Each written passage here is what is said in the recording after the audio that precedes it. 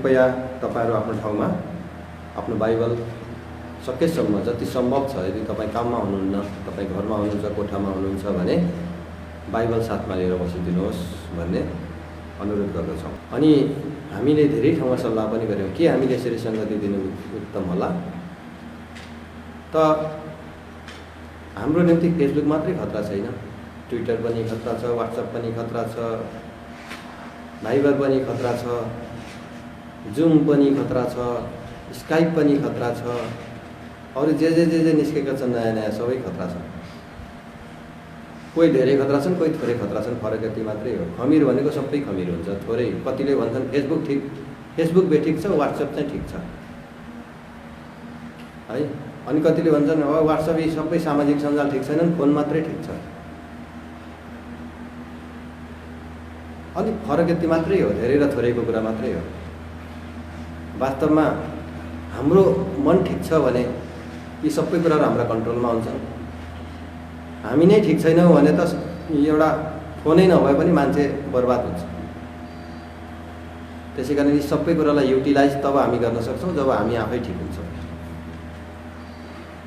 यसै कारणले कुनै पनि कुरालाई न्यारो माइन्डले होइन, एकदम वाइड माइन्डले सोच्नु जरुरी छ। मैले कुनै पनि कुराको सवाल जब उठाइरहेको हुन्छु त्यसको पछाडि मलाई कति प्रश्नहरू हुन सक्छन् भन्ने कुराको निम्ति पुरै सुरक्षित ठाउँमा भएर मात्रै प्रश्न गर्नुपर्छ। यसै कारण म हजुरहरू सबैलाई हार्दिक अनुरोध गर्दछु, विकृति छन् यहाँनिर। यसै कारण यहाँनिर मान्छेका फोटो हेर्ने, कहाँ के कसले के पठाएको छ त्यो हेर्ने, अहिले पनि यो चलिरहेको हुन्छ यो क्रम। त्यसैले उपस्थित भएको जमात चाहिँ घट्दो बढ्दो भइरहेको हुन्छ है। अनि एकैछिन फेरि अन्त गयो, फेरि एकैछिन फर्केर आयो, फेरि अन्त गयो, फेरि फर्केर आयो, फेरि अन्त गयो, फर्केर आयो, देख्ने त कोही हुँदैन नि है। छलीलाई केही पनि गर्न सकिँदैन। सेवा घरमै बसिरहेको बेलामा पनि अगाडि वचन सुनिरहेका हुन्छन्, यसो ढाकेर बाइबलले ढाकेर मोबाइल चलाइरहेका पनि हुन्छन्, च्याटिङ गरिरहेका हुन्छन्। तिनलाई के गर्न सकिन्छ? परमेश्वरको वचन बाइबललाई चाहिँ अगाडि चाहिँ ढाल बनाउँछन् उनीहरूले, मोबाइललाई छेक्ने, अनि बाइबलको यतापट्टि मोबाइल चलाएर च्याटिङ गरेर बसिरहेका हुन्छन्। गलतलाई के गर्न सकिन्छ? आफैबाट मान्छेको भित्र चाहिँ जब सोच आउँदैन तब केही पनि गर्न सकिँदैन, होइन र? त्यसै कारणले हामी चाहिँ राइट बनाऊ। अनि यो फेसबुकमा धेरै फोटोहरूमा लाइक र डिसलाइक गर्नुभन्दा, युट्युबमा धेरै कुराहरू लाइक र डिसलाइक गर्नुभन्दा, फेसबुकमा धेरै कुरा लाइक गर्नुभन्दा, धेरै कमेन्ट गर्नुभन्दा, एकदमै फाइन भनेर लेख्नुभन्दा, अनि थ्याङ्क यू भनेर चाहिँ आफूलाई राम्रो भनिदिएकोमा थ्याङ्क यू भन्नुभन्दा अब परमेश्वरको वचनतिर जाउँ। त्यहीँ बरु परमेश्वर, हामीले यही सोच्यौँ अब त्यहीँ जाउँ न। हाम्रा प्रियजनहरू त्यहीँ छन्, सबै बजारै त्यहीँ छ। हाम्रा प्रियजनहरू सेवामा छैनन्, हाम्रा प्रियजनहरू चाहिँ फेसबुकको बजारमा छन्। ती प्रियजनहरूलाई छोड्न त मिलेन नि त। त्यही भएर हामी पनि फेसबुकको बजारमा बसेको। किन? हाम्रा प्रियहरूलाई भेट्नको लागि, हाम्रा विश्वासीजनहरूलाई भेट्नको लागि हामी फेसबुकको बजारमा बसेका छौँ। अब त्यो बजारमै तपाईँका दासहरू, तपाईँका सेवकहरू, अर्थात् परमेश्वरका सेवकहरू, मण्डलीका अगुवाहरू तपाईँ गएको बजारमै आइपुग्यो भने त अब ओहो भएन, अब हामी त हाम्रै प्रभुका गोठालाहरूलाई, प्रभुले खटाउनको गोठाला नै पछाउनु पर्ने रहेछ भनेर त्यही ठाउँमा भए पनि सङ्गतिमा बसौँ अब है। आज परमेश्वरले हामीलाई यस्तै समय दिनुभएको छ है। मैले यही भन्ने गर्छु, हिजो हामी ती बजारहरूमा गएर प्रचार गर्थ्यौँ जो चाहिँ हामीले लगाएका बजार होइन। आज यो सामाजिक सञ्जालका बजारमा गएर प्रचार गरेको छ। फरक यति मात्रै हो, हिजो र आज होइन। म जहिले पनि सतर्क हुनैपर्छ, जहिले पनि सतर्क हुनैपर्छ। हामी सतर्क भएनौँ भने बिग्रिने सम्भावना, अनि शैतानले ठग्ने सम्भावना, हामीलाई विफल बनाउने सम्भावना, उहाँको आगमनको दिनमा छोडिने सम्भावना धेरै छ। यदि हामी फेसबुकमा बसेका थिएनौँ भने फेसबुकमा धेरैजनाहरू चाहिँ शैतानले फेसबुकबाटै खोसेर लानेवाला थियो। अब दाउदले आफ्ना भेडाहरूलाई खोज्नको निम्ति घरमा आएर बसेको त होइन नि, जङ्गलमै गएर बसेको हो। त्यसै कारण हाम्रा भेडाहरूलाई, प्रभुका त्यो आत्मिक भेडाहरूलाई जङ्गलमा बाघहरूले, सिंहहरूले चाहिँ थुतेर लाँदै थिए। अनि प्रभुका जनहरू, गोठालाहरू ती बाघहरूको पछाडि लागेर ती भेडाहरूलाई खोज्नको निम्ति आइरहेका छन्। अब तपाईँले त्यहाँनिर सहायताको अपेक्षा गर्नुहुन्न र निश्चय गर्नुहुन्छ। अनि त्यो यसलाई चाहिँ साहसकै साथमा त्यहाँ जानुपर्छ, ताकि ती गोठालाहरूलाई बाघले शिकार नबनाओस् भनेर प्रार्थना पनि गरिदिनुपर्छ, या सिंहले शिकार नबनाओस् भनेर प्रार्थना गर्नुपर्छ। दाउदको जस्तो बल आओस् कि सिंहको बाघको पनि मुख च्यातिदियो अनि त्यो भेडालाई चाहिँ उसको मुखबाट खोसेर लिएर आउँ। बुझ्नुभयो होला मेरो कुरा है। यसै कारण आज यहाँनिर धेरै विकृतिहरूको बावजुद पनि आज हामीले परमेश्वरको वचनलाई यसरी तपाईँहरूको समक्ष पुर्याइरहेका छौँ। यसमा धेरै धेरै कुराहरूलाई हामीले झेल्नुपर्छ। त्यसमा प्रत्येक वचन सन्देशवाहकहरू, सेवा गर्नेहरूले सतर्कता, आफूलाई सतर्क राखेनन् भने उनीहरूमाथि ठुलो आक्रमण पनि हुनसक्छ, शैतानिक आक्रमण। त्यसै कारण जोगिनु जरुरी छ। परमेश्वरले हामीलाई सहायता गर्नुभएको छ। हाम्रा छोराछोरीहरूले पनि सङ्गति पाउन् भनेर घर घरमा हामीले वाइफाई जोडेका छौँ, या कतिले डेटाहरू पनि हालिदिएका छौँ।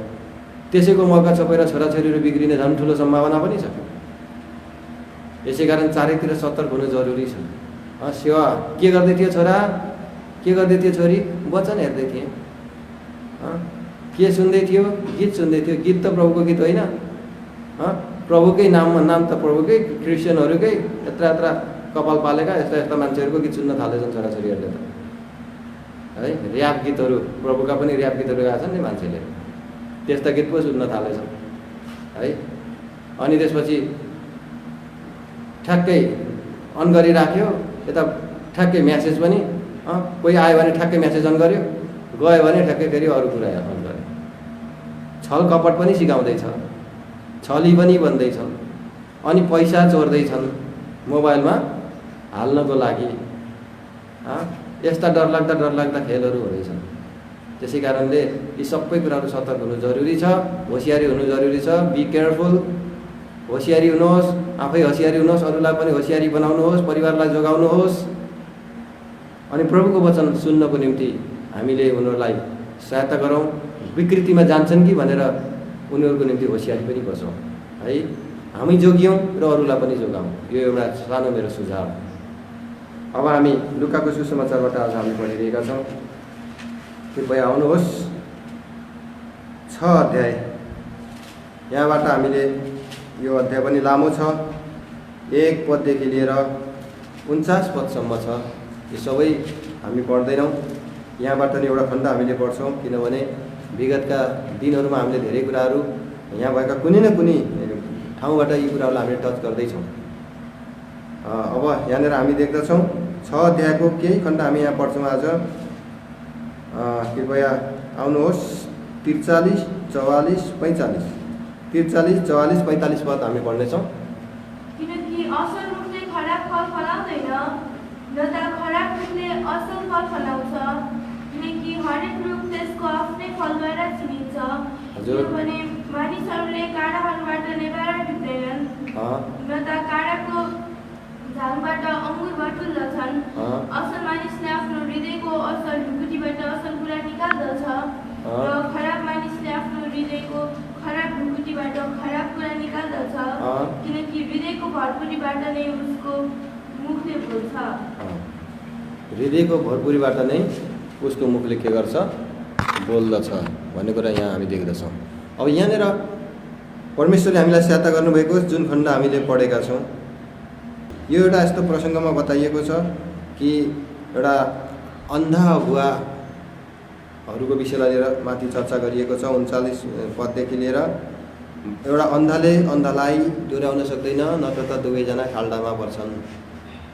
यहाँबाट गर्दै यो खण्ड तल गएर यस प्रसङ्गमा तल आएर यो कुरा बताइएको छ कि जसले असल बन्ने प्रयास गर्दछन्, प्रयास गरेर मात्रै हुँदैन, असल भन्ने कुराको निम्ति पहिला त्यहाँ एउटा स्टेपमा आउनुपर्छ।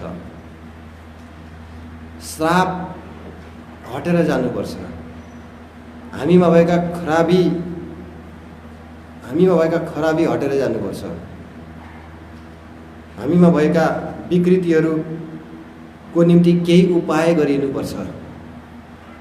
यसै कारण यहाँनिर माथिबाट यो कुरा बताइएको छ कि एउटा मान्छे खराब भएर ऊ कहिले पनि असल बन्न सक्दैन। ऊ असल खराब भएर त्यसै अवस्थामा ऊ असल बन्न सक्दैन, अनि एउटा असल मान्छे त्यसै अवस्थामा खराब बन्न सक्दैन। यहाँनिर रुखको उदाहरण लिएको छ। खराब रुखले असल फल फलाउन सक्दैन, अनि असल रुखले खराब फल फलाउन सक्दैन। मैले यसरी उदाहरण दिने गर्छु। एउटा निमको बोटमा, निम भन्ने चिज तपाईँ हामीले चिन्छौँ। त्यो चाहिँ एकदमै त्यसका पात, त्यसका बोक्रा सबै तितो हुने रुख हो। जरादेखि लिएर त्यसका पातसम्म सबै तितै हुन्छ त्यो। अब त्यो बोटलाई मिठो बनाउनु पर्यो, त्यसले के गर्नु पर्यो? अब बोरा चिनी ल्याएर त्यसको फेदमा हालिसकेपछि के त्यसका पातहरू गुलिया बन्छन् या मिठा बन्छन्? कहिले पनि बन्दैनन्। त्यसले चिनीलाई सोचेर लियो भने नै चिनीमा भएको तितोपनलाई नै सोचेर लिन्छ, अनि उसभित्र त्यो सबै तितोमै कन्भर्ट भएर जान्छ, त्यो तितै हुन्छ। त्यसको स्वभाव नै त्यही हो। अब यसै कारण एउटा खराब रुखलाई कुनै पनि प्रयासले, मानिसका कुनै पनि त्यो प्रयासले त्यसलाई चाहिँ असल बनाउन सक्दैन। त्यहाँ त एउटा विशेष प्रबन्धको आवश्यकता छ।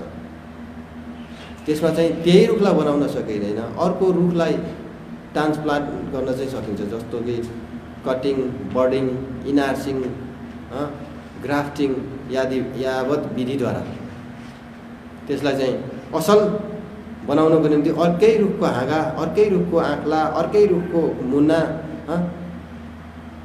यावत कुरालाई ल्याएर के गरिन्छ? त्यो सम्बन्धित रुखमा चाहिँ कलमी गाँसिन्छ। तब त्यसलाई चाहिँ अब उत्तम रुखको हाँगा गाँसेको कारणले त्यसलाई उत्तम बनाउन सकिन्छ। जरा त त्यही भए तापनि त्यसको माथिको गुणले वास्तविकताको डिमान्ड गर्दछ। हाम्रो जरा आदम हुन्, पापमा पतन भएका आदम हुन्।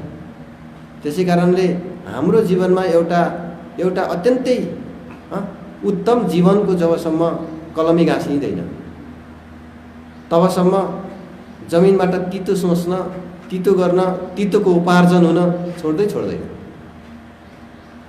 त्यहाँनिर विकृतिहरू मात्रै हुन्छन्। हामीले कति कुराहरू जान्नुपर्छ। परमेश्वरको वचनमा यो कुरा लेखिएको छ कि एउटा खराब व्यक्तिले असल काम गरे तापनि त्यो टिकेर त्यसरी ऊ गर्नै सक्दैन भने असल व्यक्तिले खराब काम पनि गर्न सक्दैन। बाइबलमा लेखिएको छ परमेश्वरबाट जन्मेको जनले पाप गर्न सक्दैन। यहाँनिर पहिलो यूहन्नाको पुस्तकमा यसरी लेखिएको छ, परमेश्वरबाट जो जन्मेको छ उसले पाप गर्न सक्दैन। पहिलो यूहन्ना 3 अध्याय यसको 9 पद कृपया यहाँनिर कसैले पढ्नुहुनेछ? हरेक जो परमेश्वरबाट जन्मेको छ उसले पाप गर्दैन। हरेक जो परमेश्वरबाट जन्मेको छ उसले पाप गर्दैन। किनकि उहाँको बिउ उसमा रहन्छ। किन उसले पाप गर्दैन भन्दाखेरि उहाँको बिउ उसमा रहन्छ। त्यो बिउ बिना त ऊ निष्पाप रहन सक्दैन। उसले पाप नगरिकन बस्न सक्दैन। व्यवहारमा नगर्ला त उसको विचारमा उसले पाप गरिहाल्छ। मान्छेले 3 तरिकाले पाप गर्छ। माफ गर्नुहोस्, 4वटा मलाई देखाएछु। 3 तरिकाले पाप गर्छ। के हुन् 3 तरिका? पहिलो कुरा चाहिँ थट्स, विचारहरू। यो चाहिँ प्रादुर्भाव त्यहाँ उत्पत्ति हुन्छ पाप। हृदयको खराबीको कारण यहाँ चाहिँ पापको उत्पत्ति हुन्छ, थट्स। अनि दोस्रो कुरा हो स्पिच अर्थात् बोली वचन। तेस्रो कुरा हो डिड्स, कार्य, उसले गर्ने क्रियाकलाप, उसले गर्ने काम कार्य।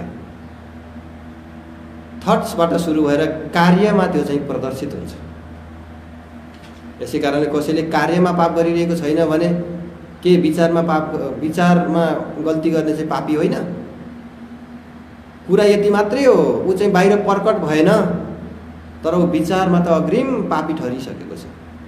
त्यसैले पापहरू र गलत कुराहरूको लिस्ट जो मर्कुसको पुस्तक 7 अध्याय 21-22 लेखियो, त्यहाँनिर सबैभन्दा पहिला चाहिँ खराब विचार भनेर लेखेको छ। अनि व्यभिचार भनेर लेखेको छ, अनि चोरी हत्या भन्ने कुराहरू लेखेको छ। पहिलो कुरा चाहिँ के छ? खराब विचार, इभिल थट्स। यिनीहरू चाहिँ यहाँबाट चाहिँ पाप सुरु हुन्छ। त्यसो हो भने कोही व्यक्तिले यसरी मैले कुनै गल्ती गरेको छैन भनेर भन्नुभन्दा पहिला उसका विचारहरूलाई चेक गर्नु जरुरी छ। विचारहरूद्वारा कोही मान्छे जलिरहेको छ भने पनि त्यो मान्छेले परमेश्वरसँग नजिक जाने र उहाँसँग नजिकताको सङ्गति गर्नको निम्ति उनी आँट गर्दैन। अनि परमेश्वरसँगको नजिकको सङ्गतिमा त्यो मान्छे रमाउन सक्दैन। परमेश्वरसँग प्रार्थना गर्नको निम्ति त्यो मान्छेलाई कता कता कता कता दकस लाग्छ। के मेरो प्रार्थना सुनिन्छ र? के म जस्ताको? तपाईँको विवेकले तपाईँ जस्तो भनेर भन्दैछ नि त तपाईँलाई, तपाईँका ती जुन गरेका कार्यकलापलाई सम्बोधन गर्दै भनेको छ नि त। तपाईँ जस्ताको पुकार सुनिन्छ र? त्यसै कारण तपाईँलाई प्रार्थना गर्नको निम्ति तपाईँको निच मरेर आउँछ। प्रार्थना गर्न शब्द पाउनुहुन्न, प्रार्थना गर्न ढाडस पाउनुहुन्न, प्रार्थना गर्न उत्साह पाउनुहुन्न, प्रार्थना गर्न तपाईँमा जाँगर उठ्दैन। किनभने खराब थट्सले तपाईँ ठगिनु भएको छ। खराब विचारले तपाईँलाई परमेश्वरदेखि टाढा राखेको छ। परमेश्वर र तपाईँको बिचमा त्यसले फेरि एक किसिमको पर्दा हाल्दैछ। यसै कारण अब यहाँनिर एउटा मान्छे असल बन्नको निम्ति उसमा असल बिउ आउनुपर्ने रहेछ। एउटा मान्छे खराब हुनको निम्ति उसमा खराबीको बिउ हुनुपर्ने रहेछ। र मान्छेमा खराबीको बिउ छ कहिलेदेखि? आदमदेखि नै। मानिस माटोबाट बनाइएको, भूमिबाट बनाइएको। एकछिन मानिलिनुहोस्, आदमको कारण भूमि श्रापित भएको छ। भूमिबाट उपार्जन हुने कुराहरूमा त्यहाँनिर श्रापै श्रापका कुराहरू छन्। त्यसै कारणले आदमलाई परमेश्वरले भन्नुभयो, आदमले पाप गरेको कारणले गर्दा, आदम तिम्रो कारणले गर्दा तिमी श्रापित भएका छौ भनेर कहीँ लेखेको छ बाइबलमा? आदमले पाप गर्यो, को श्रापित भयो? आदमले पाप गर्यो, को श्रापित भयो? हब्बा। आदमले पाप गर्यो, कसमा श्राप पर्यो? हब्बामा पनि आदमको कारणले श्राप परेको छैन। हब्बाकै पापको कारणले श्रापित भएकी छन्। आदमको कारणले आदम श्रापित भइस् भन्नुपर्ने, तर त्यहाँनिर अर्कै शब्द भनियो। कृपया आउनुहोस् उत्पत्तिको पुस्तकमा। यसलाई अलिकति ध्यान दिएर हामीले यहाँनिर हेरौँ कि त्यहाँ एउटा एकदमै अर्थपूर्ण म्यासेज छिपेको छ। त्यसलाई तपाईँ हामीले बुझ्यौँ भने आज हाम्रो निम्ति एकदमै ठुलो लाभको कारण बन्दछ। धेरै समस्याको समाधान हुन्छ। धेरैजना डिसिभिङदेखि मुक्त हुन सक्छन्, धोकादेखि मुक्त हुन सक्छन्। उनीहरू धोकामा भएको कुरा थाहा पाउन सक्छन् र त्यो धोकादेखि पश्चातापी भएर फर्किन सक्छन्। नत्र भने त धेरैजना आज यहाँ राम्रो बन्ने प्रयास गरिरहेका छन्, संसारै राम्रो बन्ने इच्छा गर्छ, तर विडम्बनाको कुराहरू उनीहरू राम्रो बन्न सक्दैन। यो चाहिँ विडम्बना हो। यसै कारण यो एउटा तितो सत्य आज संसारमा हामी देख्दछौँ। कृपया आउनुहोस् त यहाँ उत्पत्तिको पुस्तकमा हामीले हेऱ्यौँ भने आदमलाई परमेश्वरले भन्नुहुन्छ, आदम तेरो कारणले गर्दा भूमि श्रापित भएको छ। 17 पददेखि कुरा लेखेको छ। एकैचोटि कृपया पढ्नुहोस् न 17 पद। आदमलाई उहाँले भन्नुभयो, हजुर,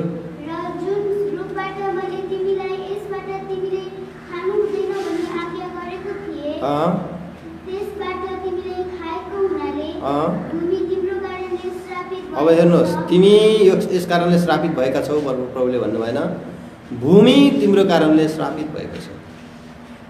अब त्यही भूमिबाट, किन भन्दाखेरि त्यो भूमिबाट बनाइएको थियो नि त आदम। त्यो भूमिको माटोबाट आदम बनाइएको थियो। यसै कारण उनको कारणले गर्दा भूमि श्रापित भयो। अब भूमिले धेरै गलत कुराहरू उमार्न थाल्यो। त्यहाँनिर असल कुराहरू रहेनन्, खराब कुराहरू त्यसले उमार्न थाल्यो।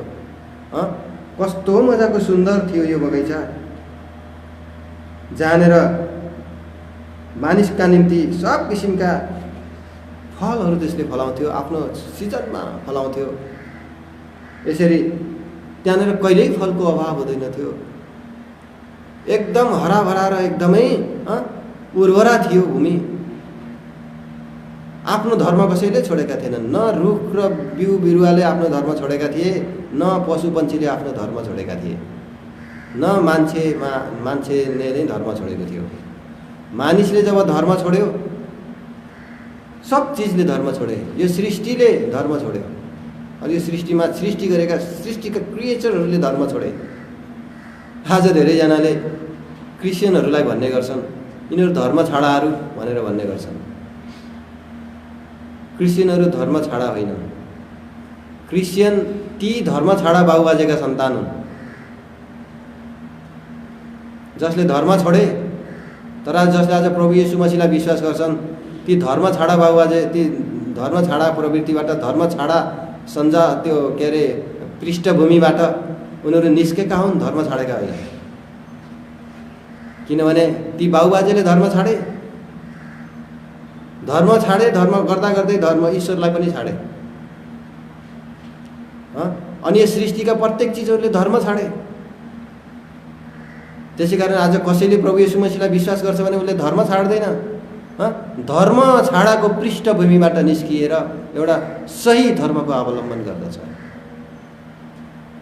यसलाई रिलिजन को रूपमा नलिएर एउटा राइचसनेसको रूपमा हामी जब लिन्छौँ, राइचसको रूपमा हामी लिन्छौँ धर्मी हुने कुरा, यो जुन पनि धार्मिकता, जो परमेश्वरबाट पाइने जुन पनि धार्मिकताको कुरा छ, मान्छेको आर्जनमा यो कुरा चाहिँ इम्पोसिबल छ, असम्भव छ, सक्दैन मान्छेले। किनभने खराब रुखलाई एकदम त्यसलाई मलजल गरेर केही कुछ गरेर त्यसलाई असल बनाउन या त्यसलाई चाहिँ मिठा फलदार राम्रो फलवाला बनाउन चाहिँ निम्ति असम्भव छ।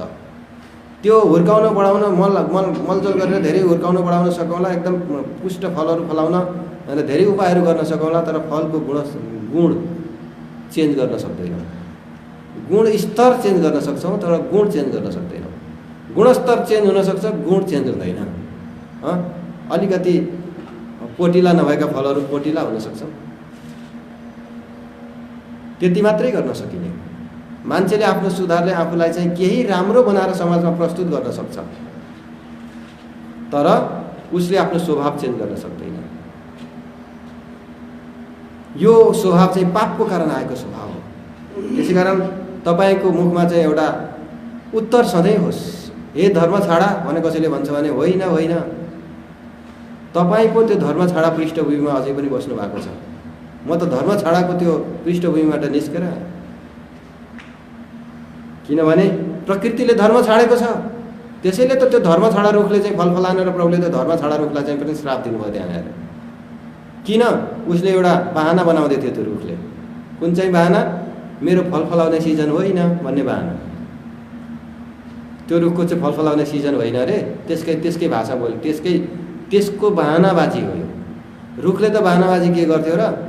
मान्छेको तर्फ मान्छेलाई सङ्केत गरेको थियो रुखले वास्तवमा, जो चाहिँ मन्दिरको छेउमा रोपिएको नेभाराको रुख थियो। मैले पहिलाको दिनमा यो विषयमा बताएको छु। यसले चाहिँ वास्तवमा यो रुख भन्दा बित्तिकै ती मान्छे र त्यो जाति धर्म छाडा जाति हो। परमेश्वरले लगाइदिएको लाइन पनि छोडिदियो, सुरुमै धर्म छाड्यो, फेरि व्यवस्थाद्वारा तिनीहरूलाई चाहिँ त्यो साह्रै गद्दार हुनदेखि बचाउनको निम्ति व्यवस्था दिइयो। त्यो व्यवस्थालाई पनि त्याग्यो, व्यवस्थाका दातालाई पनि त्याग्यो, सबै कुराहरू त्याग्यो, आफैमा गर्व गर्न सुरु गर्यो। अनि त्यसपछि चाहिँ आफ्नो समयमा राम्रो भइहाल्छ भन्ने किसिमले सिजनको कुरालाई चाहिँ उनले चाहिँ बहाना बनायो। तर उत्पत्तिमा सम्पूर्ण सिजन ठिक थिए। त्यहाँनिर तेरो यो सिजन भन्ने कुरा थिएन।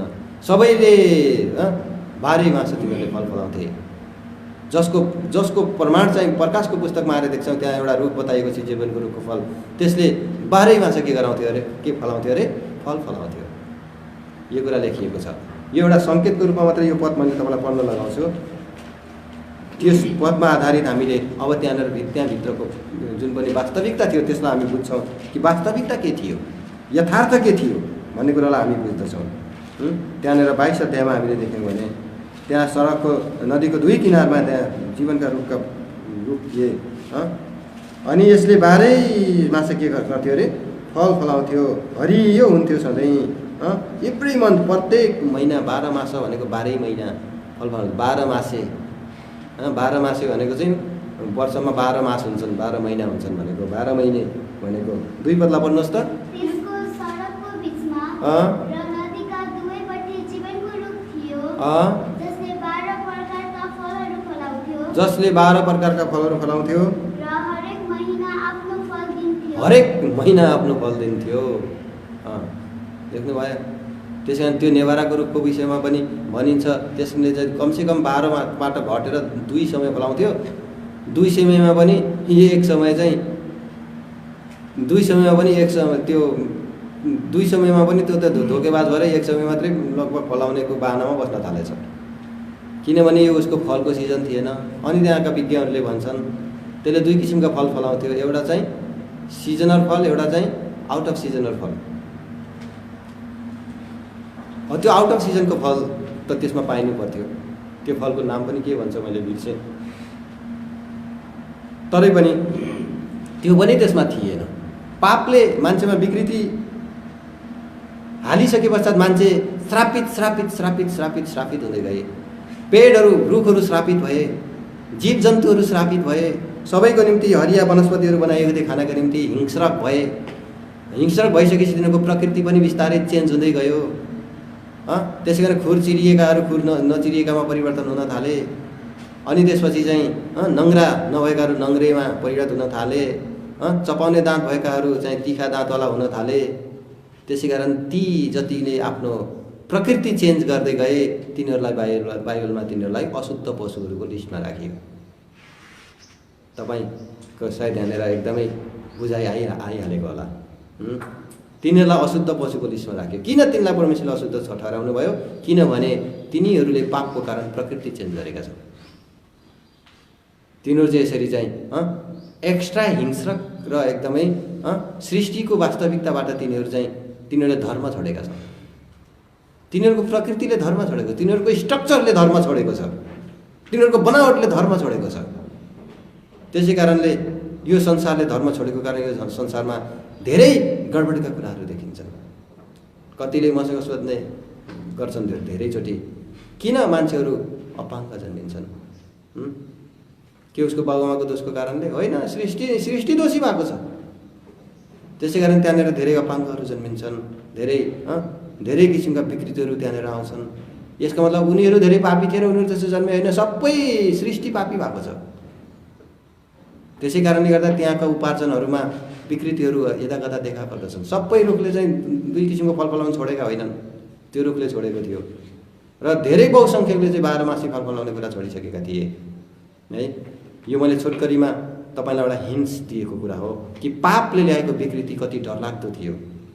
त्यसै कारणले परमेश्वरले आदमलाई भन्नुभयो, तेरो कारण भूमि श्रापित भएको छ, अब त्यसले तेरा निम्ति के उमार्नेछ?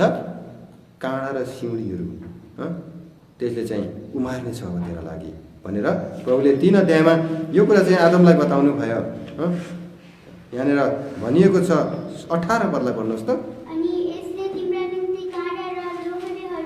यसले तिम्रा निम्ति काँडा र लोहडेहरू उमार्नेछ, लोहडे काँडाहरू अर्थात् अनावश्यक कुराहरू उमार्नेछ। जो कुरा आवश्यक छैन, तिमीले बिउ छर्छौ, बिउ छर्नुभन्दा पहिले त्यहाँनिर अनावश्यक चिजहरू उम्रिन्छन्, पर्खेर बसेका हुन्छन् ती बिउहरू। तपाईँको बिउ भूमिमा छरेपछि मात्रै उम्रिन्छ, जुन चाहिने बिउ हो। ती नचाहिने बिउले कहिले तपाईँले बिउ छर्नु होला भनेर पर्खेर बसिरहेका हुन्छन्। बडो अचम्मको खेल छ यो सृष्टिमा। अनि तपाईँले भूमि तयार पारिदिनुहुन्छ, खनजोत गरेर ठिकठाक पारिदिनुहुन्छ, अनि सबै बारी मिलाउनुहुन्छ, ट्याक्क पार्नुहुन्छ। अब मेरो असल बिउ छर्छु र राम्रो उमार्छु भन्दाखेरि चाहिँ तपाईँको बिउभन्दा पहिला ती लुकेर बसेका बिउहरू जो अग्रिम माटोमा थिए बुरुरै उम्रिहाल्छन्। तपाईँको बिउलाई चाहिँ उछिनिहाल्छन् तिनीहरूले। तिनलाई उखालेर फाल्नु भएन भने तपाईँको बिउलाई तिनीहरूले छिट्टै बढेर निसासिदिन्छन्। यो श्राप यो सृष्टिमा छ। सृष्टिमा यस्तो खालको श्राप भएको कारणले गर्दाखेरि मान्छेहरू एकदमै पीडित छन्, व्यथित छन्। त्यो पीडा सानो पीडा होइन, त्यो एकदम भयङ्कर पीडा अझ मानिसहरूसँग छ। यसलाई तपाईँहरूले एकदम गम्भीर रूपले देख्नु जरुरी छ। त्यसै कारण म केही कुरा तपाईँलाई बताउँदै जान्छु। यी काँडा र यी सिउँडी, यी काँडा अनि बम्बल, ती झाडी बुसहरू, यस्ता किसिमका ती लोहडे काँडाहरू यी जो अनावश्यक चिजहरू हाम्रा भूमिहरूमा उम्रिन्छन्। मैले यहाँ पनि यहाँ साग लगाउने क्रममा एउटा लुडे भन्ने एउटा साग हुन्छ, त्यसलाई छडिसकेपछि त्यो उम्रिन्छ। त्यस्तै पात भएको अर्को एउटा चाहिँ झार हुन्छ सेम, तर त्यसमा चाहिँ तिक्का काँडा हुन्छ। लुडेको झाङलाई च्याप्प समातेर उखेल्न सकिन्छ, त्यसलाई च्याप्प समात्नु भने तपाईँलाई त एकदमै समस्यामै पारिदिइहाल्छ। तर पात हेर्नुभयो भने त्यसका हामीले खाने सागको भन्दा अझै हरिया, अझै कलकलाउँदा खाने चिज हो भने त्यो काँडा नदेख्नु भने मान्छेले पहिला त्यसलाई खान्थ्यो। सायद खानु मिल्छ होला, तर त्यसका काँडाले गर्दा कसैले खाने आँट गर्दैन, किनभने त्यस्तै हुन्छ। त्यो लुडे एउटा काँडे लुडे हुन्छ क्या, एकदमै त्यो चाहिँ खान लायकको हुँदैन, तर त्यो चाहिँ आफै उम्रिन्छ। हामीले लगाएको ठाउँमा त्यो आफै उम्रिन्छ त्यो। अनि त्यसले कतिचोटि कम्पाउन साह्रै धेरैचोटि यताउति हिँड्दा चोट पनि पुर्याउँछ। धेरै ठाउँमा तपाईँले देख्नुभएको होला, गहुँ छरेको ठाउँमा सामा उम्रिन्छ, धान लगाएको ठाउँमा सामा उम्रिन्छ।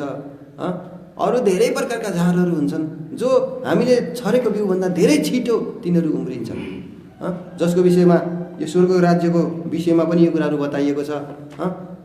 यहाँनिर मत्ती 13 अध्यायमा हामीले त्यहाँनिर हेऱ्यौँ भने त्यहाँनिर बिउ छरेपछि बिउ यस्तो ठाउँमा परे, त्यहाँनिर त्यो झाडी उम्रेर त्यसलाई निसासी दिए। यसको काम के हो? निसासी दिने। बिउलाई चाहिँ यसले निसासी दिन्छ, अनि त्यसले चाहिँ फल दिन सक्दैन। त्यहाँनिर फलमा बाधा पुर्याउँछ त्यसले, त्यस्ता कुराहरूले यी श्रापका कुराहरू हुन्। अनि यसले चाहिँ बाधा पुर्याउँछ।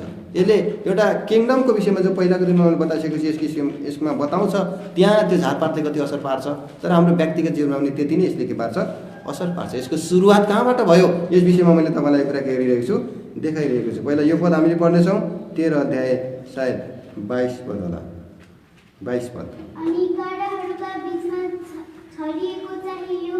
काँडाहरूको बिचमा छरिएको चाहिँ यो हो जसले वचन सुन्छ, अनि यस संसारको फिक्री र धनसम्पत्तिको धोकाले वचनलाई निसाइदिन्छ र यो फलहीन बन्छ। त्यहाँनिर he also that received seed among the thorns easy, ती काँडाका बिचमा परेका यिनीहरू हुन्। यसको मतलब त्यो काँडाको बिचमा परेको बिउ 4 किसिमका जमिनको विषयमा त्यहाँनिर कुरा गरिएको छ। यो काँडामा परेको बिउको विषयमा, यी साँच्चैका काँडाको विषयमा कुरा गरेको होइन। धेरै किसिमका काँडाहरू रहेछन्। ती काँडाहरू कहिले कहिले काँडैको रूपमा आउँछन्, त कहिले कहिले चाहिँ राम्रा हामीलाई अत्यावश्यक चिजहरूको रूपमा हामी कहाँ देखा पर्छन् ती काँडाहरू। अनि तिनले हामीलाई चाहिँ तिनको पछाडि चाहिँ श्राप परिरहेको छ, अनि श्रापले तिनीहरूलाई पिछा गरिरहेको छ, अनि तपाईँ हामीलाई तिनलाई निसासी दिने काम गर्छन्। तिनीहरू चाहिँ के रहेछन् त्यहाँनिर हामी देख्छौँ, choke the word of to become unfruitful. यो चाहिँ तिनीहरू चाहिँ के हुन् यसको विषयमा केही कुरा यहाँनिर बताएको होला। Tribulation and persecution resisted, he that receiveth seed among the thorns, he that heareth the word, care of this world, यो संसारका फिक्रीहरू, and the deceitfulness of riches, धन सम्पत्तिको धोका। धन सम्पत्ति कति प्यारो वस्तु होइन, यसलाई माया नगर्ने को छ संसारमा? अँध्यारो भएको मान्छेले पनि पैसाको बिटा देखेपछि त उज्यालो हुन्छ। अनि निराश भएको मान्छेलाई कसैले अलिकति चिन्ता नगर भन्दै हाल्यो, त्यो हातमा पारिदियो भने खुसी हुन्छ। तर त्यसको पछाडि डेसिटफुलनेस छ भन्ने कुरा कसैले ध्यान दिएको छ? सबै ठाउँमा यो कुरा हुँदैन, तर कति ठाउँमा यो डेसिटफुलनेसले, यो धोकाले पिछा गरिरहेको हुन्छ। यसै कारण कहाँनिर धोका छ भन्ने कुरा तपाईँ हामीले जान्नु जरुरी छ। प्रत्येक ठाउँमा हामीले चाहिँ यो कुरालाई स्वीकार्न सक्दैनौँ। कति ठाउँमा हाम्रा स्वीकारहरूले हामीलाई धोका दिन्छ, कति ठाउँमा हामीले स्वीकारेको कुरा त्यो हाम्रै निम्ति पासो बन्छ, पछि गएर पछुताउनुपर्छ। मैले यो कुरालाई नस्वीकार्नु पर्ने रहेछ, मैले नस्वीकार्नु पर्ने रहेछ, यो गलत थियो भनेर तपाईँ हामीले कतिचोटि यो कुरा भन्न पुग्छौँ। त्यसै कारण यहाँनिर बुझ्नु जरुरी छ कि यो काँडा उत्कटारा भनेर चाहिँ हिन्दीमा लेखिएको छ, अनि सिउँडी अनि जति पनि अनावश्यक कुराहरू जो चाहिँ हाम्रा जीवनमा आउँछन्, यसले तपाईँ हामीलाई चाहिँ के गर्छ? यसरी नोक्सान पुर्याउँछ। अब त्यहाँनिर अर्को काँडाको विषयमा जसले चाहिँ जसको त्यो झाडीसँग पनि यसलाई तुलना गरिएको छ। यसको कामै फल फलाउनु र असल काम गर्नुपर्ने नभएर यसको कामै गलत काम गर्ने र एउटा गलत किसिमको इन्टेन्सन यसमा चाहिँ हुन्छ। यसले गलत किसिमको चाहिँ भाव राख्छ भन्ने कुरा हामी देख्छौँ। न्यायकर्ताको पुस्तकमा हामीले हेऱ्यौँ भने त्यहाँनिर एउटा दृष्टान्त, एउटा चाहिँ कहानी भनौँ या एउटा किसिमको जुन पनि वर्णन एकजना व्यक्तिले गरे, योताम भन्ने व्यक्तिले त्यहाँनिर केही रुखहरूको चर्चा गरेर उनले चाहिँ सुनाएको कुरा हामी देख्दछौँ। यहाँ आउनुहोस् कृपया, यो 8 अध्यायतिर हुनसक्छ, यहाँ 9 अध्यायमा हो कि 8 अध्यायमा हो, 9 अध्याय। त्यहाँनिर योताम भन्ने गिदोनका एउटा छोरा हुन्, जो 70 जना गिदोनका छोरालाई मारिसके पश्चात तिनको मध्यबाट एकजना जो उनकैको एकजना थिए, यिनले अभिमेलेखलाई एउटा त्यहाँनिर दृष्टान्त बताउँछन्, डाँडामा गएर त्यसपछि तिनी टाप बसेर भाग्दछन्। यहाँनिर हामी पढ्छौँ, सबै हामी नपढौँ, यहाँनिर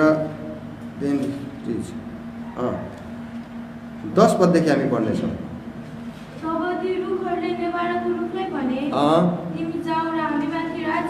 तिमी जाऊ र हामीमाथि राज्य गर। नेभाराको रुखले तिनीहरूलाई भन्यो, यो असल रुख थियो, यसले असल फल फलाउँथ्यो, उसले मेरो मिठास र मेरो असल फल फलाउने गुणलाई छोडेर, यसको मतलब मैले मेरो धर्म छोडौँ, म धर्म छाडा बनौँ र मैले मेरो त्यति राम्रा फल फलाउने गुणलाई छोडेर म अरू रुखहरूको बिचमा चाहिँ राज्य गर्ने गरी म राजा हो भन्दै हिँडौँ? हुँदैन। त्यहाँनिर मेरो फल कसैले लिन पाउँदैनन्, तर मेरो यति राम्रो गुण छ कि मैले असल फल फलाउँछु, जसले मानिसलाई र ईश्वरलाई प्रसन्न तुल्याउँछ भनेर लेखेको छ है। फेरि दागको बोटलाई गरेर भनेछन्, तिमी आऊ र हामीमाथि राज्य गर भनेर ती जङ्गलका रुखहरूले दागको बोटलाई चाहिँ भनेछन्, दागको रुखलाई भनेछन्। दागको रुखले के भनेछ? किन भनेका उनीहरूले सबैले मन परायो नि त, सबैले मन पराएको रुखलाई चाहिँ भन्ने भयो नि त, होइन? यहाँनिर रुखकैसित रुखले बोल्छ, त्यतातिर नलाग्नुहोस्। यहाँनिर रुखलाई भनेकै होइन त, यो भनेकै मान्छेलाई, यो रुखको त त्यहाँ उदाहरण मात्रै दिएको भयो त। अनि जुनबाट दाग रस निस्किन्छ, जुस निस्किन्छ, जसले परमेश्वर र मानिसलाई हर्षित तुल्याउँछ। अनि के त्यसलाई छोडेर म यताउति रुखहरूमाथि डोलिन, तिनीहरूको बिचमा राज्य गर्न जाउँ? अनि लासको पालो आयो, काँडे झ्याङको, अनफ्रुटफुल बुसको, त्यो एउटा फल नफलाउने झाडीको, काँडे झाडीको चाहिँ बम्बलको पालो आयो। जुन लुकाको पुस्तकमा हामीले पढेको बम्बल चाहिँ यही हो। अनि तिमी आऊ र हामीमाथि चाहिँ राज्य गर। त्यो ब्राम्बलले भन्यो, त्यो ब्राम्बलले अर्थात् भन्यो, के भन्यो?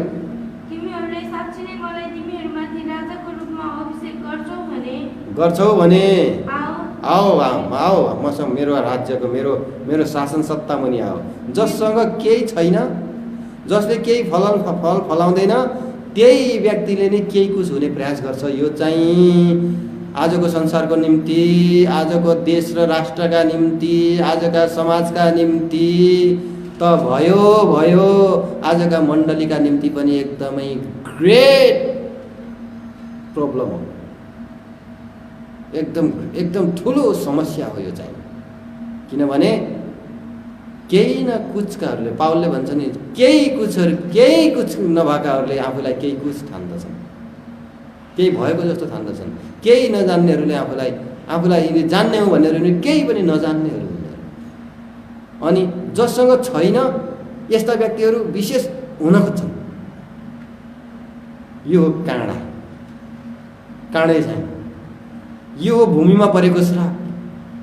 जबसम्म यो भूमिमा परेको श्रापदेखि तपाईँ मुक्ति पाउनुहुन्न,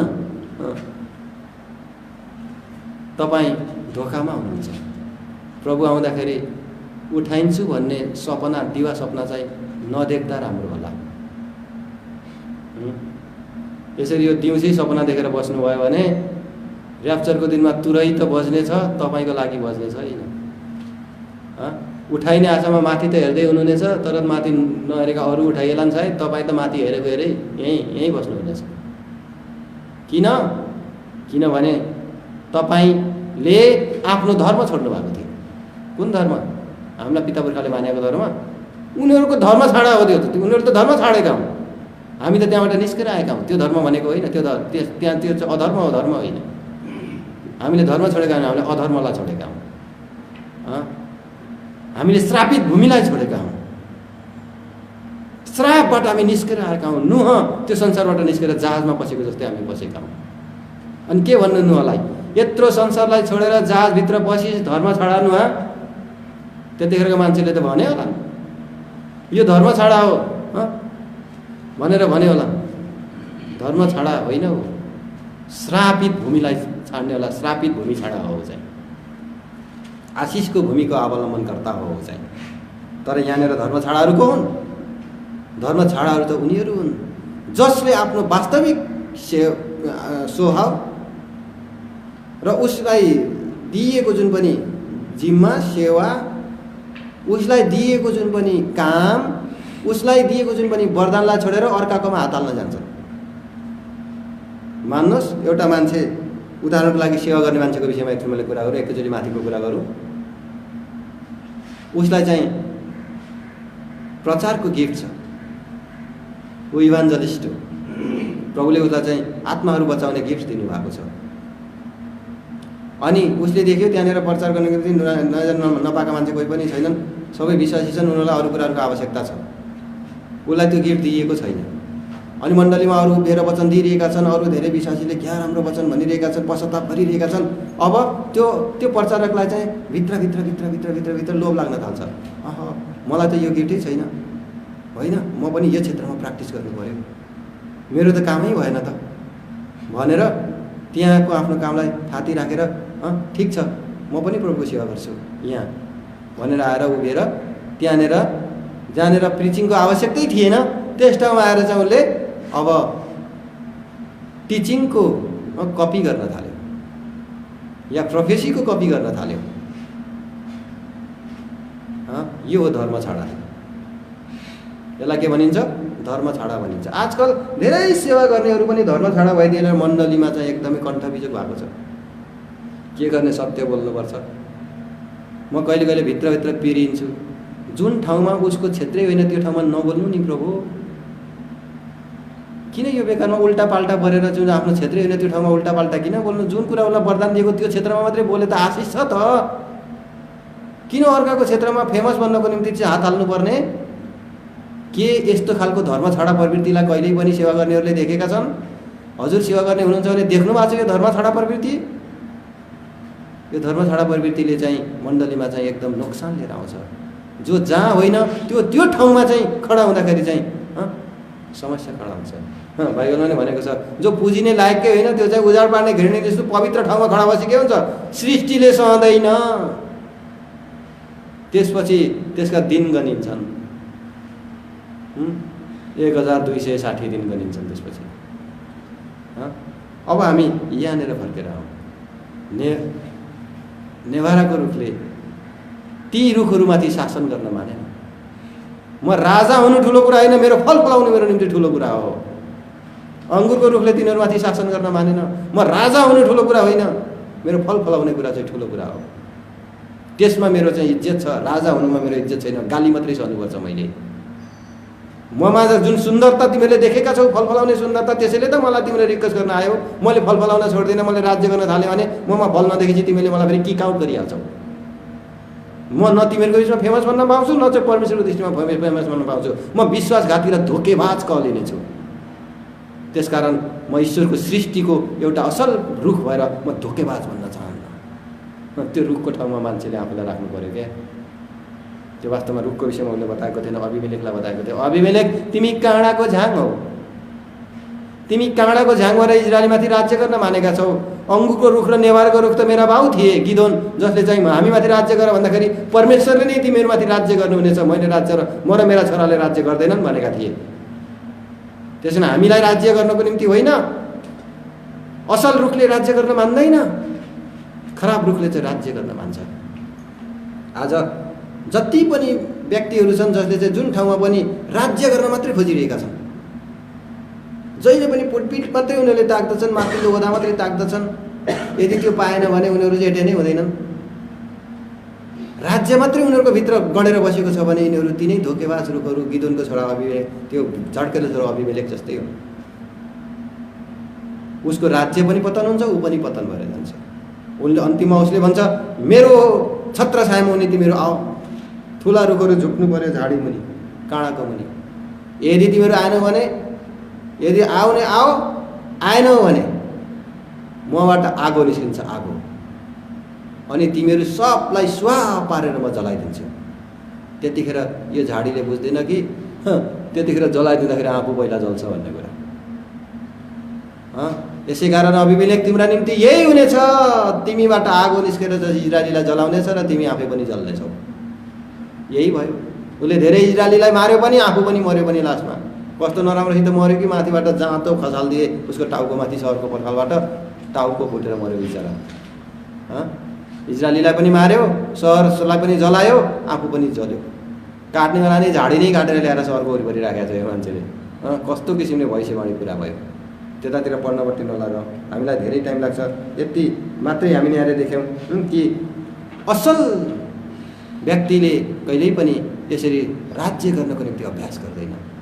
उसलाई जे कुरा दिएको छ त्यस कुरामा ऊ चाहिँ विश्वासयोग्य भएर सेवा गर्दछ। जब तपाईँको जीवनमा काँडा पस्छ, तपाईँ जीवनमा काँडा आउँछ, तब तपाईँ चाहिँ चुलबुल हुन सुरु गर्नुहुन्छ। तपाईँले चाहिँ धेरै कुराको डिमान्ड गर्न थाल्नुहुन्छ, उच्च माथिल्लो ओहदाको डिमान्ड गर्न थाल्नुहुन्छ, या तपाईँले मण्डलीमा विशेष बन्ने चाहना गर्न थाल्नुहुन्छ, या मण्डलीमा तपाईँले यस्तो किसिमको मण्डलीमा चाहिँ विशेष स्थान ओगटेर मलाई चाहिँ सम्बोधन गरियोस्, मलाई चाहिँ आदर दिइयोस् भन्ने कुरा तपाईँले चाहना गर्न थाल्नुहुन्छ, जुन क्षेत्रमा तपाईँको गिफ्टै होइन। एकजना व्यक्तिले केही वर्ष अगाडि मलाई भने, भाइ मलाई हार्मोनियम बजाउन सिकाइदिनुहोस् न। उनको भोकल फेरि चाहिँ अब भनौँ कुनै अब त्यस्तो खालको थियो कि भोकल चाहिँ, भोकल भनेको छँदै थिएन भने नि हुन्छ। गीत गाउनको निम्ति बिल्कुलै भोकल कुनै गीतमा पनि नआउने त्यस्तो खालको भोकल। मैले भने दाजु तपाईँको इच्छा त राम्रै हो, यो भोकल बाजा सायद तपाईँले सिक्न सक्नुहुन्न। तपाईँले जुन बाजामा भोकल छैन बरु तबलाहरू सिक्नुहोस् यिनीहरूमा। उनको अब त्यो पनि सिक्न त के सक्दै, अलिकति तबलालाई मैले अवमूल्यन गरेको होइन। जे होस्, नगाएर पनि तपाईँले अरू त्यहाँनिर बजाइदिन त सक्नुहुन्छ, त्यहाँनिर ताल जाने भने पनि त भयो। बरु यो सिक्नुहोस्, टेमोरिङहरू सिक्नुहोस्। तपाईँले गिटार र हार्मोनियम चाहिँ सायद मेरो विचारमा अलि सिक्न सक्नुहुन्न। उसलाई मन परेन छ यो विषय। अनि पछि धेरै समयपछि उनले चाहिँ पछि गएर शिक्षा दिएर हिँड्न थालेछन्। बाजा गाजा बजाउनु ठिक छैन, यो बाजा बजाउनु ठिक छैन, मलाई यो हार्मोनियम गिटार यिनीहरू चाहिँ बाजा त मलाई देखि मन पर्दैन भनेर शिक्षा दिएर हिँड्न थालेछन्। साथीले त धेरै ठाउँमा त्यसरी शिक्षा दिएर हिँड्न थालेछन्। आफूले सिक्न सकेको भए राम्रै हुन्थ्यो। आफूले सिक्न नसकेपछि त्यो कुरा नै उसको निम्ति के भयो, गलत भयो। यो काँडे प्रवृत्ति। एकचोटि के भएछ, उनले उनी धेरै पढालेखा होइनन्, इङ्ग्लिस बाइबल पढ्न मन लागेछ, धेरै प्रयास गरेछन्। इङ्ग्लिस बाइबल भनेको पट्टै पढ्न जानेन। अरूले पढेको देख्दा रहर लाग्दो रहेछ, अनि अगाडि उभिएर इङ्ग्लिस बाइबल पढेर चाहिँ वचन दिन मन लाग्दो रहेछ। विशेष भइन्छ कि भन्ने आशा होला बिचरा। अनि त्यसपछि चाहिँ कसै नसकेपछि अरूले फेरि शिक्षा दिन थालेछन्। हामीले नेपाली पढ्नुपर्छ, नेपाली बाइबल ल्याऊ, सबलाई इङ्ग्लिस बाइबल भएकाहरूलाई पनि धमाधम इङ्ग्लिस बाइबल हटाएर नेपाली बाइबल। उसले चाहिँ नेपाली बाइबल खरिद्न लगाएछ। एकजना दाजुले मलाई फोन गर्नुभयो, एउटा मण्डलीको अगुवाले, भाइ हामीले इङ्ग्लिस बाइबल पढ्नु ठिक छैन र भाइ। म त इङ्ग्लिस नै पढ्थेँ। किन ठिक छैन र दाजु? होइन, फलानु भाइले त यसरी शिक्षा दिनुभयो, यहाँ त सबै हामी त्यसो गर्दैछौँ। त्यो उहाँले चाहिँ इङ्ग्लिस नजानेको कारणले त्यस्तो भएको हो। इङ्ग्लिस पढ्न उहाँले धेरै जमर्को गर्नुभयो, सक्नु भएन। त्यसकारण अब मैले नसकेपछि अरूलाई पनि हुँदैन भनेर त्यो एकदमै त्यो आफ्नै शिक्षा ल्याउनु भएको। हामीले हाम्रै देशमा प्रचार गर्नु, हाम्रै देशको भाषा बोल्नुपर्छ। अर्को भाषामा पढ्न थाल्यो भने स्टाइलिस हुन्छ, यस्ता व्यक्तिहरू स्वर्ग जाँदैनन् भन्न पनि भ्याइहाल्ने भयो यिनले त है। मान्छेले डरसरी भएर चाहिँ English Bible Faleiro Nepali Bible पढ्न थालेछन्। हेर्नुहोस् समस्या कसरी बल्झेर जान्छ। काँडा कसरी काम गर्छ, कसरी मान्छेलाई कन्भिन्स गरिदिन्छ यसले। उसले ऊ आफूमा सन्तुष्ट हुँदैन। काँडा यति डरलाग्दो हुन्छ, आफू पनि काँडे छ, कसैले मन पराउँदैन, अरूलाई पनि कोपेर कोपेर कोपेर बर्बाद पार्छ। मण्डलीमा यस्ता कोप्नेहरू धेरै हुन्छन्। छोएसी छोई पासो, नबोलेसी नबोली पासो, बोलेपछि बोले पासो। जतासुकै जिङ्ग्रिङ्ग काँडा आएकाहरू के, बोल्दाखेरि पनि काँडै छन्, उसले व्यवहार गर्दा पनि काँडै छन्, मिठो बोल्न पनि जान्दैन, बोलीमा पनि काँडै छ। एकजना पास्टरजीलाई चाहिँ गाउँलेहरूले सोधेछन्, मैले चिन्छु उहाँलाई, कहाँ गएर आउनुभयो दाइ? स्वर्गबाट आएको भन्दो रहेछन् क्या। गाउँलेहरू चिडिएर त्यो मान्छेसँग, यो त बोल्न पनि जान्दैन, यो कस्तो मान्छे हो यो। मैले धेरैचोटि उनलाई सम्झाउने प्रयास गरेँ, तपाईँले के गर्नुहुन्छ यस्तो? किन त, तिमीलाई के खाँचो त? म कहाँ गएर आएको, तिमीले मलाई जिस्काउन त सोधेका हुन्?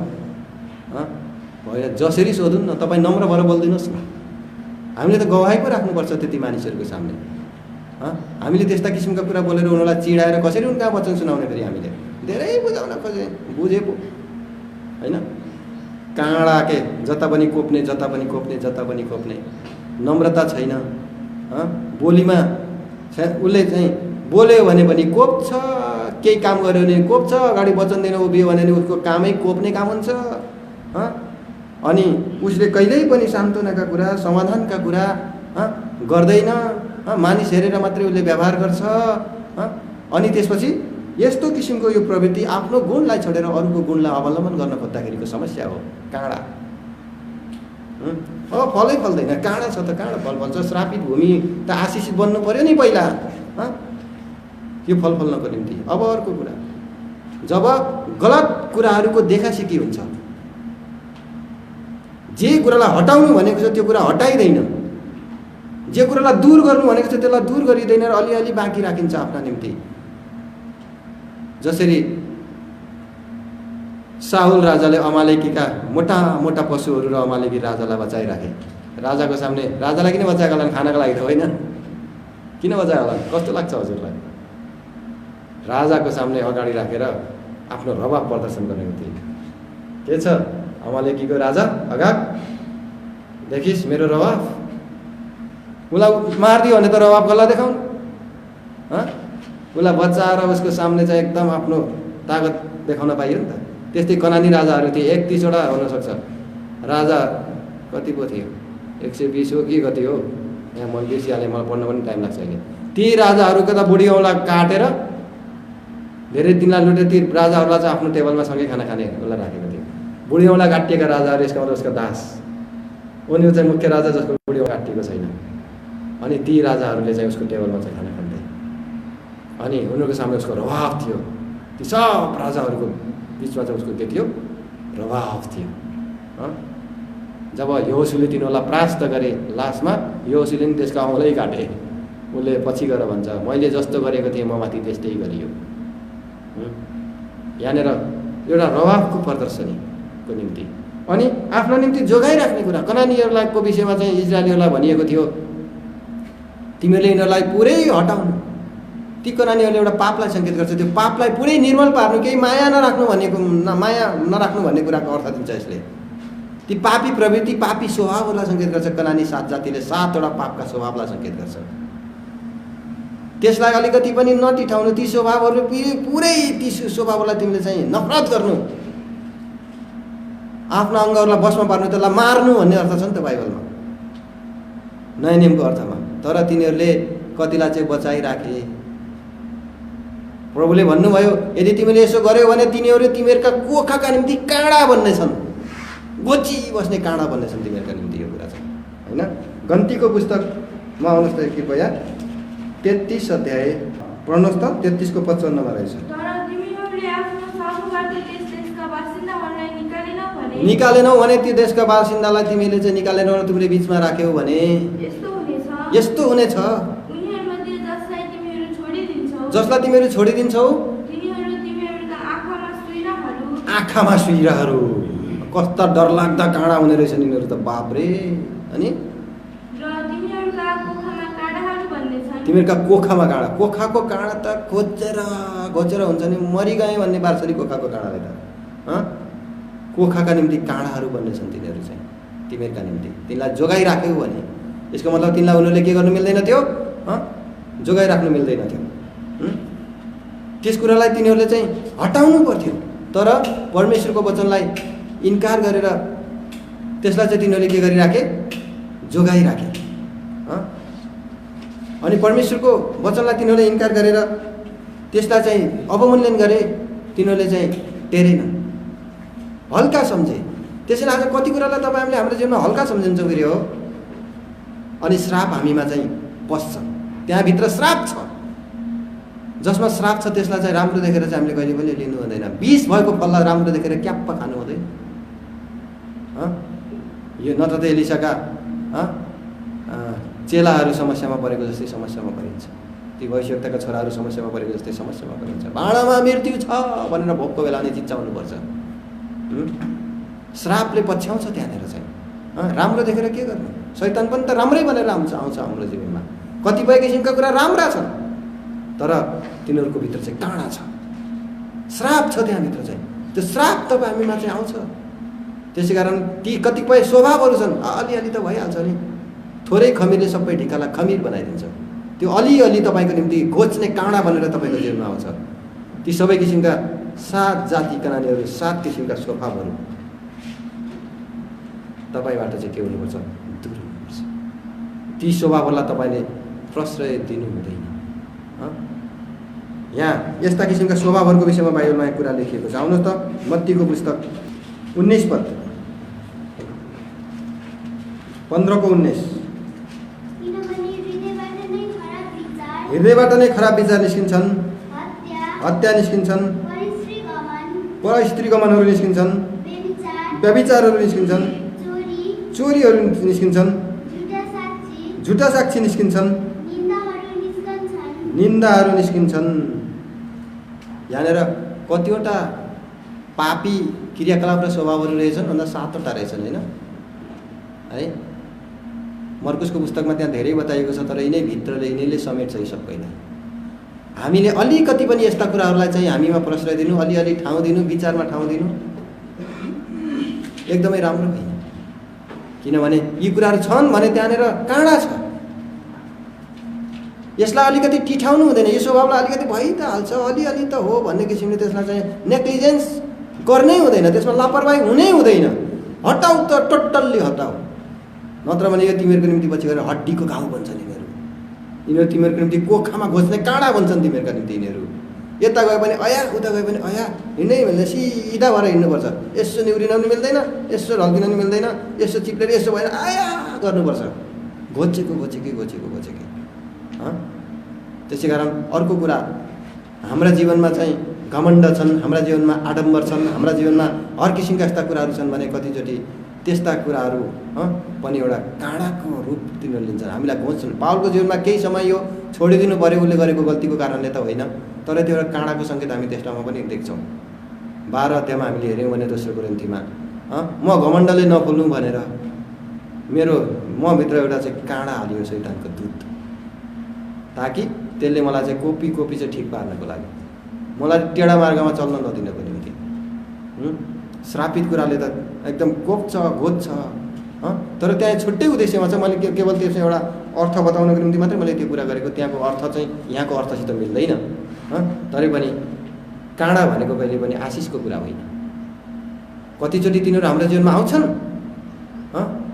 त्यसलाई हामी मन नपराइकन हाम्रो जीवनमा आउँछन्, हामीलाई तहलाउनको निम्ति आउँछन्। कतिचोटि हाम्रो गल्तीको कारणले गर्दाखेरि हाम्रो जीवनमा चाहिँ हामी आफै काँडामा हाम फालेको कुराहरू हुन्छ। अनि त्यसै कारण त्यो काँडामा हाम फाल्नु, त्यो काँडालाई समात्नु, काँडामा लात्ती हान्नु सजिलो हुँदैन। पौलुसको अर्थमा पनि यो कुरा भनिएको छ, पावल हे साउल काँडाहरूमा लात्ती हान्नु तिम्रो निम्ति चाहिँ के छ, गाह्रो छ। 9 अध्याय प्रेरितको पुस्तकमा यो कुरा बताइएको छ। काँडामा लात्ती हान्नु तिम्रो निम्ति के छ अरे, गाह्रो छ, कठिन छ। परमेश्वरको कामलाई सताउनेहरूलाई कुरालाई पनि त्यो काँडामा लात्ती हान्ने कुरालाई सङ्केत गर्दो रहेछ। त्यहाँनिर काँडाले एउटा पोजिटिभ सेन्समा कुरा गरे तापनि त्यहाँनिर हामीले एउटा सिरियलिटीमा हामीले यहाँको यहाँको कुरा हामी देख्दछौँ। त्यो ठाउँमा काँडा छ भन्ने कुरा हामी त्यहाँनिर देख्दछौँ।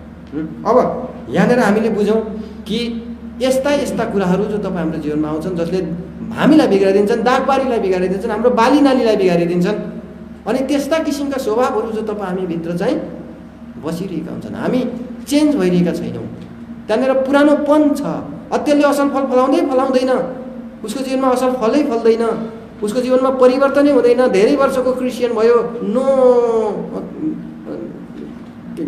उसको जीवनमा नो एक्सचेन्ज, उसको जीवनमा कुनै पनि नो चेन्ज अर्थात् कुनै परिवर्तनै भएको छैन उसको जीवनमा चाहिँ। ऊ जस्ता भयो जैसा था भन्छन् नि मान्छेले। हिजो जस्तो थियो आज त्यस्तै छ। कति वर्ष भइसक्यो प्रभुमा वृद्धि नै छैन, बढ्नु नै छैन। प्रार्थनाको जीवन कति वर्षको विश्वासी भयो, प्रार्थनाको जीवनै छैन। उसले कसैलाई प्रभुमासँग जितेर ल्याएको छैन, कसैले उसको जीवनमा त ढाडसपना उत्साह पाएकै छैनन्। फलै फलेको छैन उसको जीवनमा। किन? फल फलाउने ठाउँ छोडिदिएको छ त कहाँबाट फल्छ? श्रापित ठाउँमा चाहिँ अल्मलिएर बसिरहेको छ त अनि कहाँबाट फल फल्छ? ऊ बाहना गर्दै बस्ने हो त्यही रुख जस्तो, काँडे घाडीमा परेको छ, निसासिएको छ, धनले गर्दा फल फल्न दिएको छैन। यो संसारका फिक्रीहरू छन्, संसारका फिक्री गर्दै ऊ ठिक्क भएर बसिरहेको छ, त्यसले फल फल्न दिएको छैन। धनको धोकामा बसिरहेको छ, त्यसले फल फल्न दिएको छैन। पैसा पैसा पैसा पैसा पैसा पैसाले ऐसा बनाइदिइसक्यो। धेरैजना पैसाको पछि लाग्दाखेरि आफ्नो विश्वासको जहाज डुबाए। पैसा नकमाउनुहोस् भनेको होइन। आज हामी देश विदेशमा छौँ, पैसा कमाउनको निम्ति गएका छौँ। के हामी अब दोषी ठहरिन्छौँ? मैले भन्न खोजेको कुरा यो होइन। तपाईँ हामीले कमाउँछौँ दिनरात, म परिश्रम गरी कमाउँछु। अहिले यो सेवामा उपस्थित हुन नै तपाईँले कति समय बर्बाद गर्नुपर्छ। कतिले त मलाई भन्नुहुन्छ हामी चाहिँ ड्युटीमा बसी इयरफोन लाएर प्रभुको वचन सुन्दैछौँ। यसरी सुन्न पाइन्न भन्नु मैले? अरे तपाईँको अवस्थै त्यस्तै छ, त्यसरी नै सुन्नुहोस्। नहुनुभन्दा कानोमा बेस। कतिले सुन्छन् यो सामाजिक सञ्जालमा वचन सुनेर आशिष पाइन्छ? सुन्दै नसुन्नुभन्दा त सुनेर आशिष पाइन्छ नि।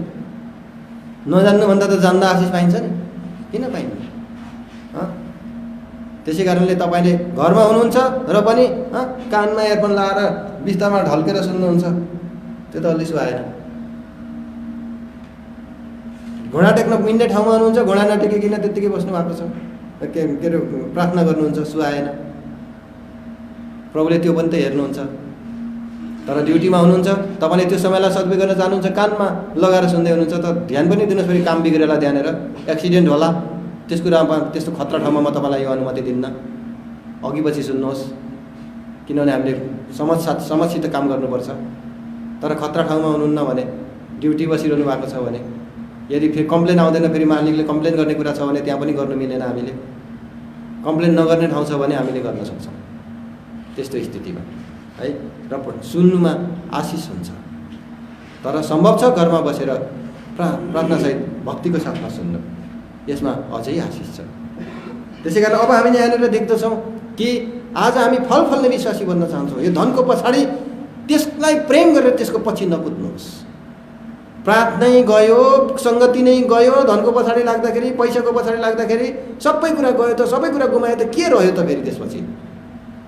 अनि काँडाले हाम्रो जीवनलाई घेरिसके। बाहिर त तपाईँको हराभरा जीवन छ, सबै कुरा ठिक छ, जे भनेको चिज तपाईँसित छ, खाने कुरा पनि छ, पिउने कुरा पनि छ, लाउने कुरा पनि छ, तपाईँको साथमा पैसा पनि छ, अभाव छैन, तपाईँसित सबै कुराहरू छन्, सुविधा पनि छ। तर वरिपरि हेर्नुहुन्छ काँडे झाङले घेरिसक्यो, तपाईँको जीवन चाहिँ काँडे घाडीभित्र परिसकेछ। अब के गर्नुहुन्छ? यसै कारणले यी धोकाहरूले तपाईँलाई चाहिँ यसरी काँडाले घेरिदिन्छन्। अब यो सबै कुराबाट तपाईँ हामीले छुटकाराको निम्ति के छ त हाम्रो निम्ति प्रबन्ध? इमान्दार भएर मानिलिनु, प्रभु मेरो जीवनमा काँडा छन्, काँडा। अनि काँडा भएर मैले कहिल्यै पनि असल फल फलाउन सक्दिनँ। खराब रुखले कहिल्यै पनि असल फल फलाउन सक्दैन। म रुखै खराब भइसकेको रहेछु, या म रुख खराब छु। उद्धार मुक्ति नपाएको मान्छेलाई सङ्केत गर्छ यो कुरा यसले। काँडै काँडाको जीवन। उसले चाहिँ मान्नु पर्यो, आफ्ना पापलाई मानेर प्रभु कहाँ फर्केर आउनु पर्यो। दोस्रो कुरा चाहिँ विश्वासी भएर पनि काँडा उसका जीवनमा आएका छन्, त्यस कारण फल फलाउन सक्दैन। फलको ठाउँमा काँडा आएका छन्, अनि कहाँबाट फल फलोस्? त्यस कारण यी काँडा हट्नको निम्ति के प्रबन्ध भएको छ भन्दाहुँदी प्रभु यीशु मसीह जो तपाईँ हाम्रा निम्ति क्रुसमा बलिदान हुनुभयो। त्यतिखेर यी विचारबाट हाम्रो जीवनमा आउने जति पनि काँडाहरू थिए, त्यहाँनिर हाम्रा प्रभु येशू मसीहले काँटाको मुकुट लगाउनु भयो, काँडाको मुकुट लगाउनु भयो। हाम्रा प्रभु येशू मसीहलाई काँडाको मुकुट ट्याप्प राखिएको होइन, त्यो तीका काँडाहरू भित्रभित्र गिदीमा पुग्ने गरी भित्रभित्र पुग्ने गरी थेचरिएको हो, अर्थात् कोप्ने गरी चाहिँ ती काँडाहरू प्रभुको शरीरमा गाडिएको। त्यो काँडाको मुकुट यता पनि हुँदैन उता पनि हुँदैन, ती काँडाले कोपेको त्यस्तो चिज लाउनु कम्ती गाह्रो थियो। यहाँबाट तत्तती रगत चुहुने स्थिति थियो। तपाईँ हाम्रो निम्ति हाम्रा प्रभुले काँडाको मुकुट लागेर गरिदिएको प्रायश्चितलाई हामी यस्तो देख्छौँ। मत्ती 23:29। अनि काँडाको मुकुट हालेर तिनीहरूले त्यसलाई उहाँको शिरमा लगाइदिए। काँडाको मुकुट बनाएर उहाँको शिरमा लगाइदिए र उहाँको दाहिने हातमा एउटा निगालो राखिदिए। उहाँको दाहिने हातमा एउटा निगालो राखिदिए। अनि उहाँको अघिल्तिर घुँडा टेक्दै सलाम यहुदीहरूका राजा भन्दै उहाँलाई गिस्ती गरे। काँडाको मुकुट हाम्रो प्रभुले पहिलो प्रत्येक कुराले अर्थ राख्छ। काँडाको मुकुट किन लगाइदियो? किनभने आदम तेरो कारणले गर्दा भूमि श्रापित छ, त्यसले अब काँडाहरू उमार्छ। हो, यही श्रापलाई चाहिँ हाम्रा प्रभु येशू मसीहले आफूमाथि बोकिदिनु भएको थियो। हाम्रा प्रभु येशू मसीहले यो श्रापलाई बोकिदिनु भयो। यो संसार श्रापित छ, यहाँका सबै कुरा श्रापित छन्। यो श्रापदेखि उन्मुक्तिको प्रबन्ध हाम्रा निम्ति भएको छ यदि हामीले प्रभु येशू मसीहलाई विश्वास गरेर, हे प्रभु येशू मसीह, मेरा काँडाहरू त तपाईँले बोकिदिनु भयो, अब मलाई काँडा होइन। त्यसो प्रभुले भन्नुहुन्छ, काँडे घारीमा नजाऊ ल छोरो, तिम्रा काँडा मैले बोकिदिएको छु, तिम्रो निम्ति काँडाले मलाई कोपिएको छ। हे पावल, तिमीले अब काँडामा लात्ती हान्नु पर्दैन, तिमी चाहिँ अब आफ्नो बाटो हिँड, किनभने मैले नै ती काँडाहरू सहिसकेको छु। अब काँडे घाडीमा नजाऊ। परमेश्वरको यो चाहिँ तपाईँ हामीलाई चाहिँ आज आह्वान हो। तिम्रा काँडा मैले लिइदिएको छु। तिम्रो त्यो आफ्नो स्वभावलाई छोडेर अरूको सेवकाइमा हात हाल्ने, अरूको कार्यमा हात हाल्ने, अरू जस्तो महान बन्न खोज्ने जुन पनि तिम्रो जुन चाहना छ, तिम्रो जुन पनि स्वभाव र तिम्रो जुन पनि कार्यमा तिमी सन्तुष्ट छैनौ, यो सबै कुराबाट फिर्ता ल्याऊ। तिमी आफ्नो काम गर्न थाल, त्यहाँनिर तिमीलाई आशिष छ। तिम्रो काँडा मैले बोकिदिएको छु, तब तिमीले त्यस ठाउँमा फल फलाउन सक्छौ। नेभाराको रुख, तिमी सिंहासनमा बसेर फल फलाउन सक्दैनौ। अङ्गुरको रुख, तिमी सिंहासनमा बसेर फल फलाउन सक्दैनौ। तिमी त जाऊ त्यो भूमि उर्वरा माटोमा गएर चाहिँ जरा गाडा, त्यहीँनिर तिमीले फल फलाउन सक्छौ। जहाँ परमेश्वरले हामीलाई जेका निम्ति राख्नुपर्छ त्यही ठाउँमा रहेर हामीले फल फलाउनुपर्छ। यो खराब भएर तिमीले असल फल फलाउन सक्दैन, र असल रुखले पनि खराब फल फलाउन सक्दैन। यदि तपाईँ वास्तवमा असल भयो भने त्यसपछि खराबी गर्न सक्दैन। प्रिय हो, त्यसमा परमेश्वरको वचनले हामीलाई स्पष्ट रूपले चाहिँ यो शिक्षा दिन्छ। हो, एउटा सुसमाचारको निम्ति त्यो कुरा हो। आज मैले सुसमाचारको निम्ति कुरा हेरेको छु, सुसमाचारको एङ्गलबाट पनि त्यस ठाउँमा हामीलाई शिक्षा छ।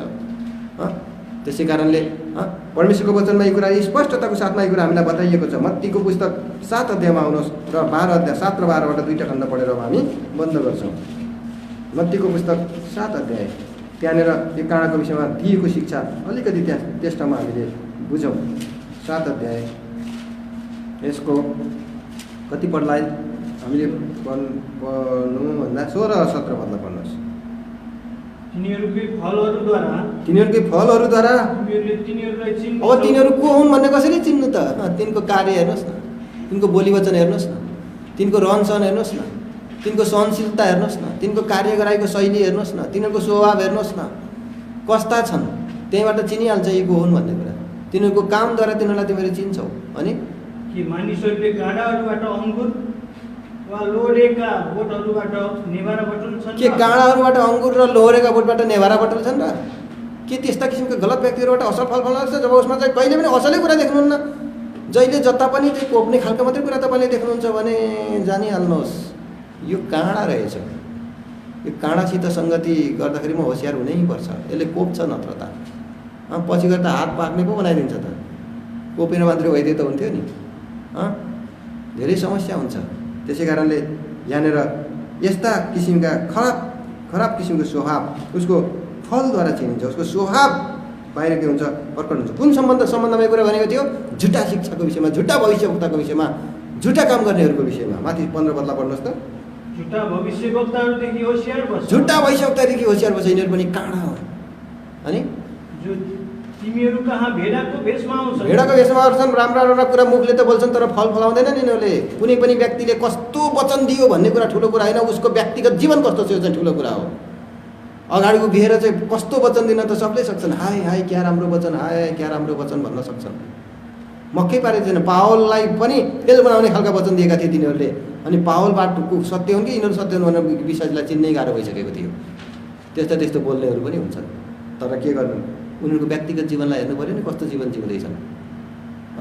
उनीहरूको जीवनमा त्यो किसिमको मिठास पाइन्छ कि पाइँदैन, उनको जीवनमा स्वभावमा काँडा पाइन्छन् कि पाइँदैन। त्यस कारण तिनका कुनै पनि असल रुखले खराब फल फलाउन सक्दैन। उसमा खराब कुरा देखिँदैछन् भने यो असल होइन, चिनिहाल्नु। मण्डलीका अगुवाले पनि चिन्नु, अरू विश्वासीहरूले पनि चिन्नु। व्यक्तिलाई नचिनिकन त्यत्तिकै हाम फाल्यो भने चाहिँ काम बिग्रिन्छ।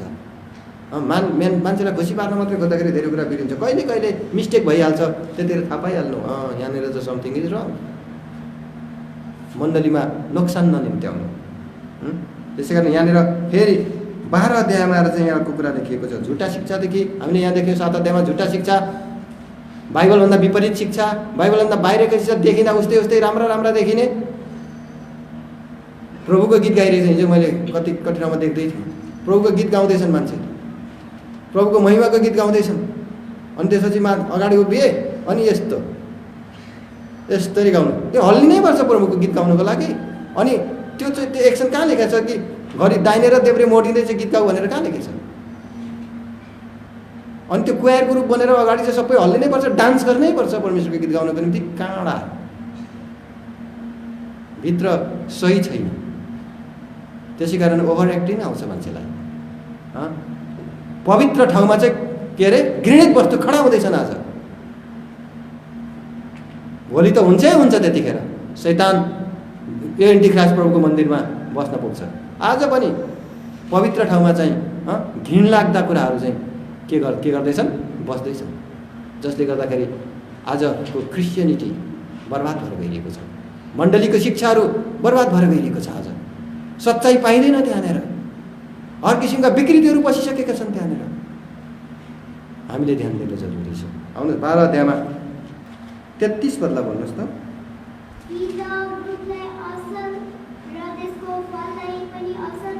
कि त रुखलाई असल पार र त्यसको फललाई पनि असल पार, कि त रुखलाई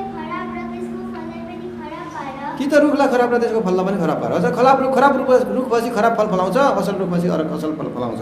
यो कसको विषयमा बताइँदैछ? फरिसीहरूले गर्ने पापको विषयमा यहाँनिर कुरा गरेको छ। प्रभुको निन्दा यिनीहरूले गरिरहेका थिए, ईश्वर निन्दा गरिरहेका थिए।